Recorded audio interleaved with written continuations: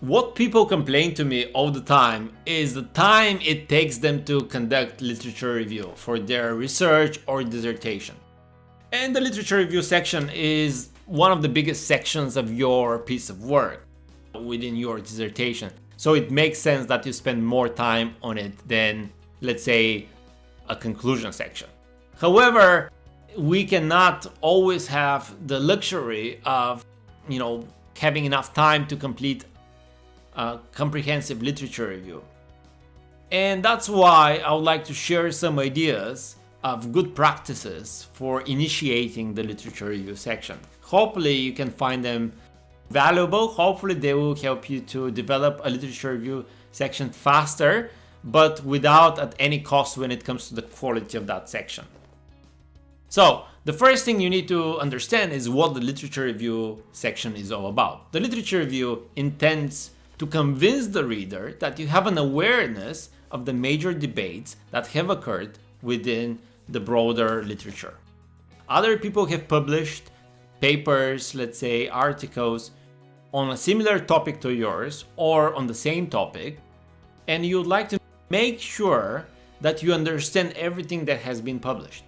And most importantly, you would like to convince your readers that you're aware of all the progress that has been made within the literature on that topic, and also to be aware of all the limitations that exist within the literature. So what I mean by limitation?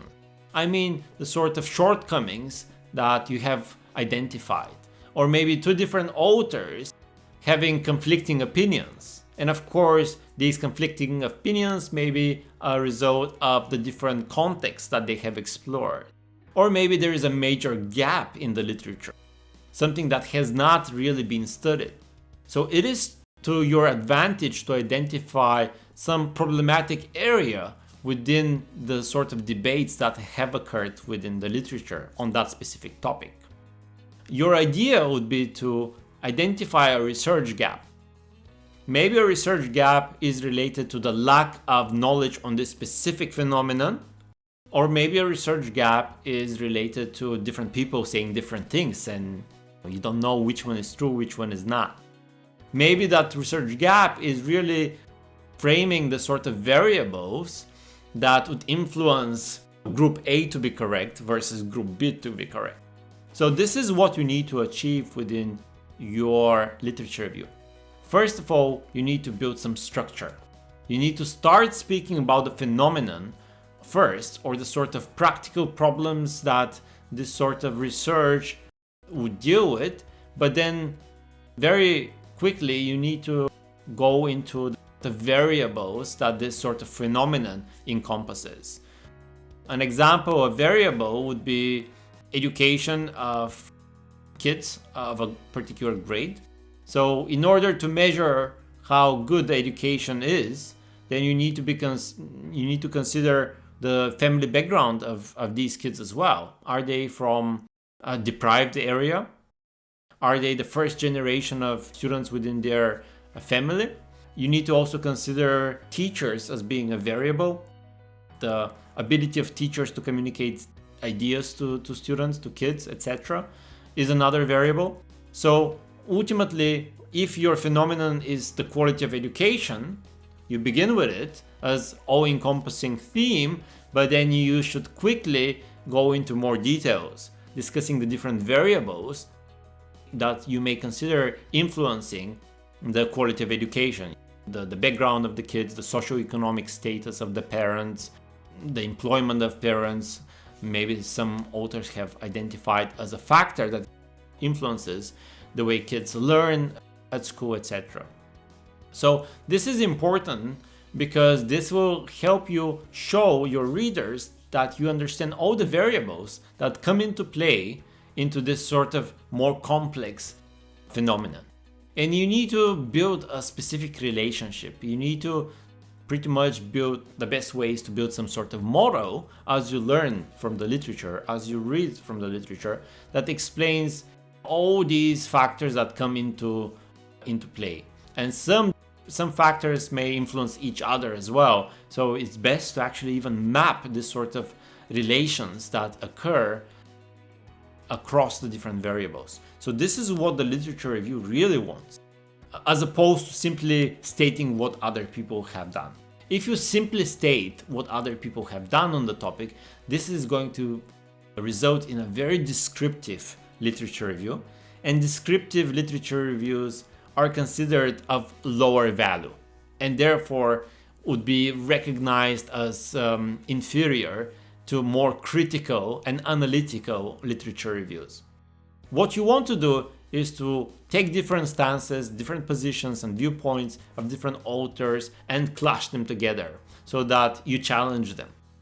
And in a way, while speaking about other people's work, you also need to sell your personal agenda. You need to confirm that this research question that you have chosen is actually one that is needed within this specific field within the literature. That you need to confirm that this is actually a gap in the literature, that others haven't considered it. So the analytical rigor within your literature review is very important, because this will help you with your research and it will help you to stand out. In a way, it's just the exact opposite from being descriptive.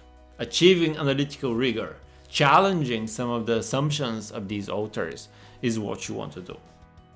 A good rule of thumb here, perhaps on a minor point but nevertheless very important, is when you refer to other people's work, and you should always do so, you can actually put the reference in the end of the sentences.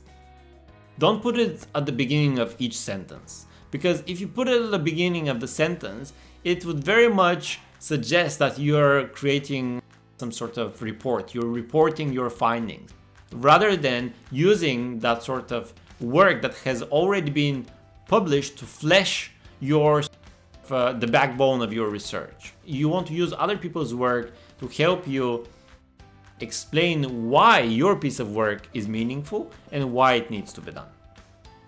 Every literature review needs to start off with a sort of introduction to the literature.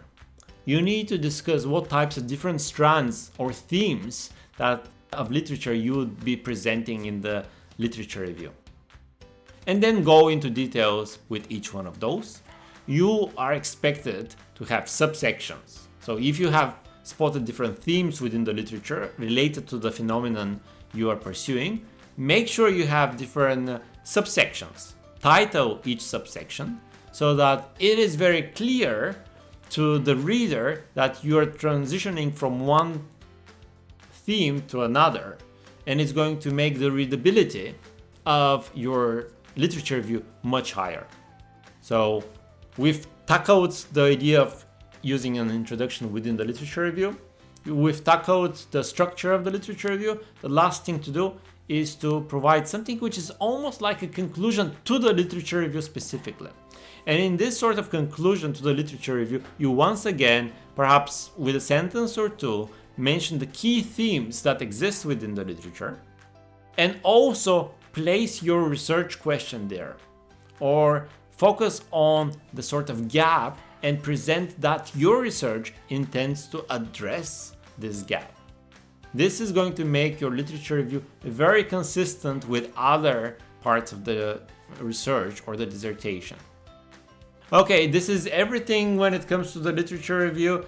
If I have missed some practical things, you may help me out. And I welcome all comments from you, and I'm reading each one of these. I'm also trying to answer each one of the comments. In the next video, we will be discussing other important bits of the dissertation, so stay tuned. If you haven't subscribed by now, please do so that you don't miss any of the content that I'll be producing in the coming days. And if you have liked this video, you may indicate it by hitting the like button down below.